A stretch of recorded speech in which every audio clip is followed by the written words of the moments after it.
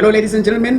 We are about to say goodbye to January. Once again, welcome to the Rustenburg Herald News Bulletin. I'm not hanging out alone. I'm with the news editor of the Rustenburg Herald, Mr. Valdi Volskenk. And as always, we're going to be speaking about what is in the newspaper. I'm really scared to show it, but we're going to be speaking about what's happening here in Rustenburg, what news are making headlines in and around here, and achievements in terms of sports and other stuff. Now, I'm going to start with a story that we highlighted last week about 300,000 youngsters who were given the opportunity by the Department of Education to be teacher assistants as well as general workers at the school. Now, we all know that they started doing their job in December last year. So most of them have been writing to us, phoning us, asking us, you know what, the Department of Education hasn't paid us since that day that we started working. So fortunately, we've got some good news on page 3 of this week's edition of the Rustenburg Herald. They are going to be paid, and the Department of Education has promised that the payment is going to be done before the end of January. So keep an eye out for that. And also, with the storms that are around Rustenburg, you know, there was a tropical cyclone that took place there. Bad lady Eloise. Attitude. Yeah. So Eskom has come out to warn people that, you know, there are places where people are connecting electricity illegally, and when it comes to the rainy season like this, it becomes a health hazard to the community members as well as animals around the community. So they are cautioning people to be very careful of low-lying cables as well as illegally connected electricity. Well, what is happening on that side, Valdi? Jabulani, ons sê goeiemôre aan die luisteraars. Hierdie week misdaad wat ons maar altyd ontstel.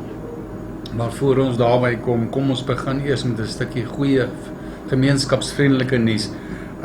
Ons wil die aandag vestig op 'n gemeenskapslid wat 'n ywerige werker van die gemeenskap was. Baba Seluji, bekende sakeman, 'n vriend, ou inwoner van Rustenburg wat laat verlede jaar oorlede is.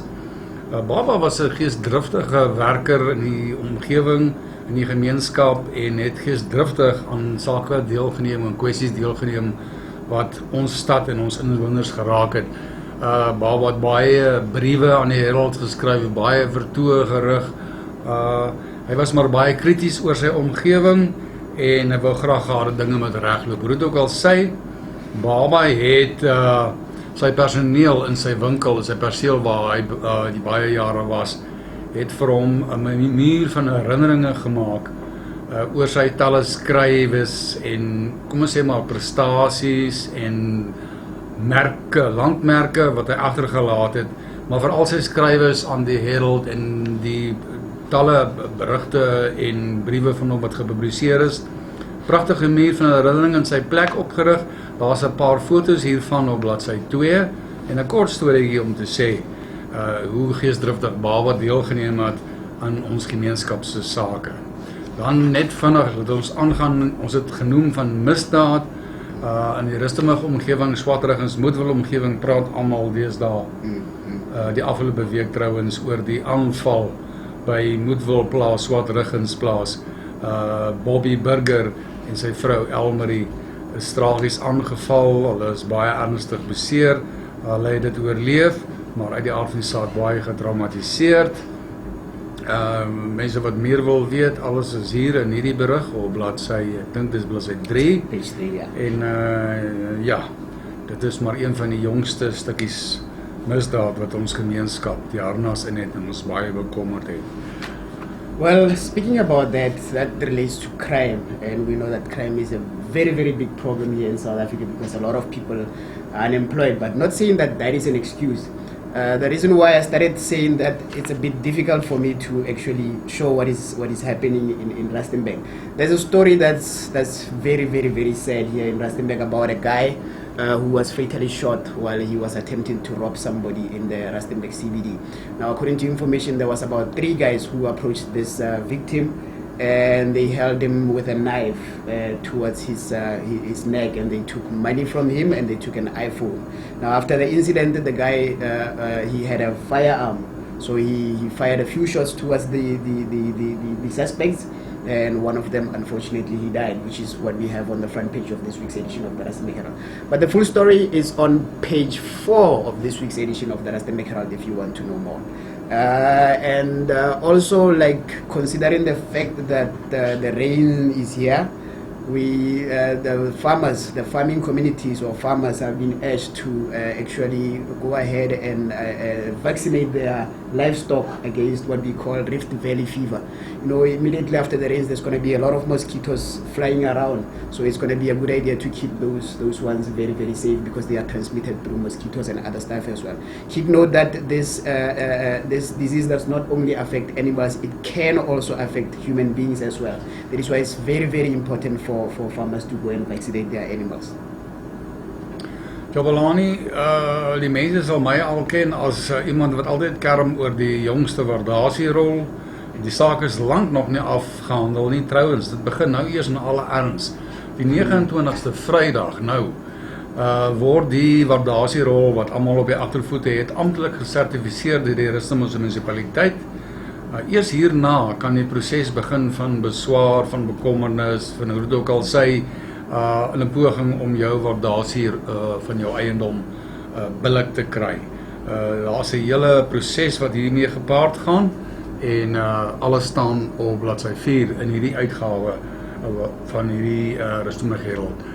As jy eiendom het waaroor jy bekommerd is, wat se eiendomsbelasting waarskynlik aansienlik gaan styg, volg gerus die berig op bladsy 4 en ons sê alles vir jou daar wat jy moet doen en wat gaan gebeur en wat die proses gaan behels. Vorentoe nog 'n bietjie nuus wat ons gemeenskap maar baie omkrap.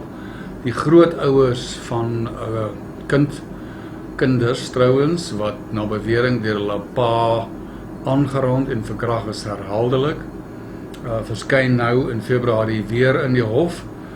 Die grootouers staan tereg op klagte dat hulle versuim het om die polisie in kennis te stel, omdat hulle bewus is daarvan dat hulle skoonseun na bewering die kinders verkragt. Die hofsaak in Februarie, alles op bladsy 5 in hierdie uitgawe. Nog 'n stukkie tragiese nuus van Rustenburg. Rustenburg het die twyfelagtige onderskeiding behaal dat ons tweede geëindig het in 'n landswye, kom ons noem dit nou maar kompetisie op Jacaranda. Rian van Heerden, hulle het 'n toetsie gedoen om te kyk waar gaan plaaslike dienslewerings glad nie na wense nie. Mense, inwoners van stede, dorpe oor die land is genooi om in te skakel, in te bel en hulle klagtes te lig. En Rustenburg se gemeenskap het geesdriftig deelgeneem uit die aard van hoe dit hier by ons lyk en gaan. En ons het, soos ek sê, twyfelagtige onderskeiding. Ons het algeheel tweede geëindig as die tweede swakste munisipaliteit in die land. They cannot beat us. Sekunda was in die eerste plek. Dis nie 'n trotse prestasie nie, maar dit ook al sê, jy kan op bladsy 5 ook, kan jy hierna gaan kyk en jy hoor waaroor kla ons mense in Rustenburg.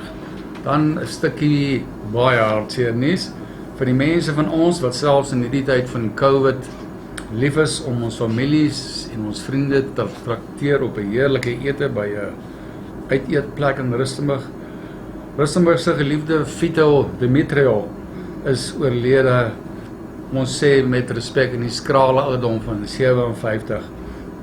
Vito was 'n baie bekende gasheer, 'n restaurateur in Rustenburg, restauranteur in Afrikaans. Hy het 'n string restaurante gehad. Die grootste plesier in sy lewe was om te sien dat mense sy gasvryheid en sy kosmaak geheime geniet. En vir jare, seker vir 25, 30 jaar, was Vito een van die gewildste, een van sy talle restaurante, altyd van die gewildste plekke in Rustenburg om by uit te hang en jou familie te trakteer. Vito is oorlede Saterdag van die afgelope naweek. Ons het 'n kort beriggie op bladsy 10 in hierdie uitgawe. Well, Valdi, sticking to that sad news, everyone knows about the passing of the minister in the presidency, Mr. Jackson Tembu, who passed away last week. He was also buried this Sunday. And also we had news about the passing of Larry King, who also passed away last week. He's also well known about, he worked for Larry King show for about 25 years. So that's what he's well known for. I think that's it for this week. We're going to conclude by saying that the sports page is also there. We've got achievements from sporting clubs in and around Rustenburg, so be on the lookout for that. The newspaper is going to be available this afternoon, as always. Valdi, I think we can conclude by saying that we will see you again next week, same time, same place, here at the Rustenburg Herald News Bulletin. Onthou ook ter afsluiting in hierdie week se uitgawe, daar's altyd 'n geldjie te verdien in Rustenburg Herald. As jy dalk by die huis sit en dit reën te veel en jy weet nou nie eintlik meer wat om te doen nie, gryp gerus die jongste eksemplaar, trek hom nader. Daar's 'n Sudoku kompetisie, daar's 'n blokkiesraaisel kompetisie waar daar vir elke week se uitgawe R250 op die spel is. Dan nooi ons natuurlik ook matrieknooiens om vir hulle matriekafskeid kompetisie in te skryf. En ook daar is 'n stewige bedragie te wen vir die dame, die man, die paartjie van ons gemeenskap se keuse. En dan natuurlik ook is daar vir die skool en ek dink die fotograaf kan ook 'n prysetjie wen, né? Is daar ook 'n aansienlike kontantbedragie op die spel. Nou ja, dit is hierdie week min of meer die hoogtepunte by ons. As jy gewonder het oor Ivermectin, die sogenaamde diereproduk wat baie effektief is teen die behandeling van COVID. Daar's 'n hele debat in die land in die gang hieroor. Ons het 'n berig op bladsy 6 in hierdie week se uitgawe wat die bekende Isak Du Plessis, voormalige omroeper, hanteer. Hy het met kundiges gepraat. Kyk bietjie wat sê hulle daar. Hier's 'n klankgreep uit die onderhoud met kundige. Kyk gerus daarna. En miskien is dit tyd om jou veearts te besoek. Groete tot die volgende keer. Ja.